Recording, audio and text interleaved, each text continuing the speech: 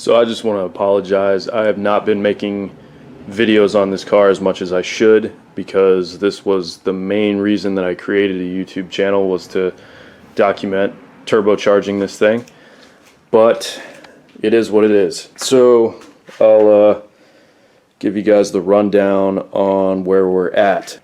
So the turbo is mounted, bent up and flared the feed line. It's a -4 feed. These big journal bearing diesel turbos like to have a decent amount of oil volume. And then I did the return, which you can see down there. It's just a aluminum hardline. As you can see, it's a pretty busy area down here, but there's the aluminum return where it comes off the bottom of the turbo, and then it goes to the bung that I'm sure I showed you guys earlier, and then there's just a piece of hose that connects the two. I had to do quite a bit of finagling in this area because there's a lot of different plumbing systems that come in close contact with each other, plus there's the fan to contend with, so that makes it tricky. What else did I do? I tapped into this vacuum line to feed the blow-off valve, which is probably not the proper way to do it, but a lot of things on this car are not proper. This is kind of an experimental idea that I had, which is, since the turbo sits so far forward, I went ahead and did a V-band, which goes to this little bullet muffler. It doesn't have any baffles or anything, but it may quiet it down a bit. And then goes to a 90, and then as you can see, comes straight up, just like that, right in front of the passenger. And of course, there's my bung for my O2 sensor. And if you'll look behind it, I went ahead and bent up this scrap piece of titanium that I just happened to have laying around, and that is serving as a heat shield to protect all of the plug wires. And once I have the bugs worked out, then I'm going to wrap the plug wires with some special stuff that'll protect them even better. I had to clearance this with my peening hammer a bit, and then I also welded in a new piece here and cut some more material out of there just to make more room for all of the shenanigans. All of the charge air system is hooked up now, and hopefully it doesn't leak, but I don't have a port to pressurize it, so we'll see what happens. There's the classic Gatorade overflow tank.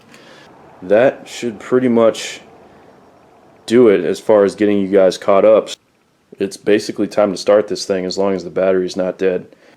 I was just in kind of a rush to get this done before the gas goes bad, because it's been sitting because I've been lazy and busy with other nonsense, as usual. I'm going to get my tuning laptop plugged in, and then I'm going to run a data log to see exactly what happens when I try and start this thing. I just love this view. This is amazing. Alright, I'm excited. I got a battery that should have enough juice to fire this thing, and I'm not going to let it run for too long because I may suffocate. So, get set up, do the data log, see what happens. So I can see a lot of things going wrong here. I mean, I could have completely miscalculated how the turbo was going to work, and it could fire up and instantly make too much boost and melt a piston. The turbo's oil supply could not end up not working for some reason. For the few of you that are following along, go ahead and place your bets. I'm thinking that it'll probably start up and run, but I don't know. Maybe I'm an optimist. Let's see. My guess is that this thing is going to be like deafeningly loud, so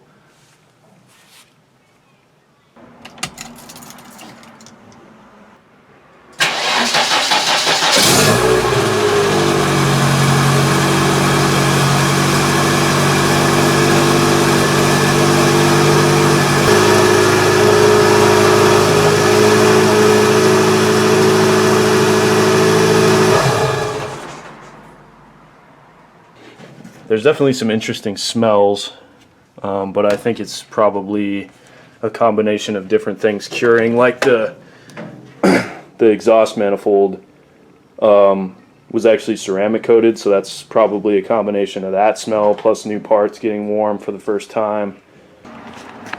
Well, amazingly, it's actually not that loud. Maybe my little muffler setup is working a little bit, but I'm gonna go ahead and pull this off and see if I'm getting oil pressure. The line's warm, so that's a good sign, but see what we got going on.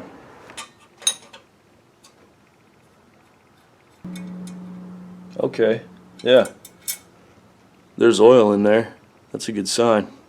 Just to be certain, what I'm going to do is I'm going to pour just a little bit of oil down into the turbo, and then I'm going to start it for just a second and put the feed line into a cup just to see how much oil I get.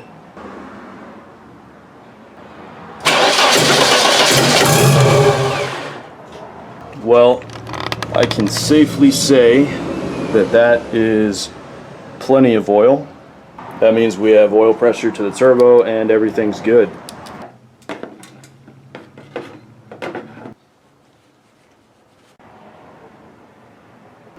So I pulled the exhaust components out from under the car, so now they're not going to get snagged on the lift. I need to get the Dodge out of the way so that I can back the car so that the exhaust is sticking outside so that I don't die while I'm trying to mess around with this thing. So I'm going to do that real quick.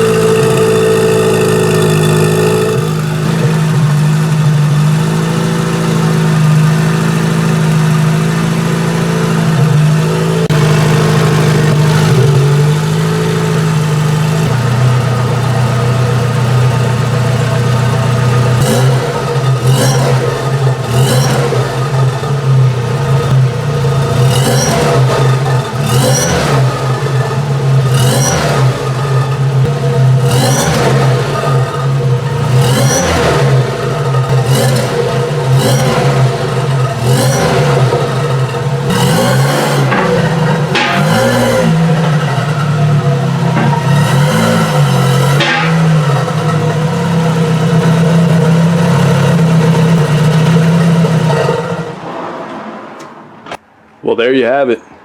The thing runs, it doesn't blow up. It does smoke a little bit, but I was kind of expecting that.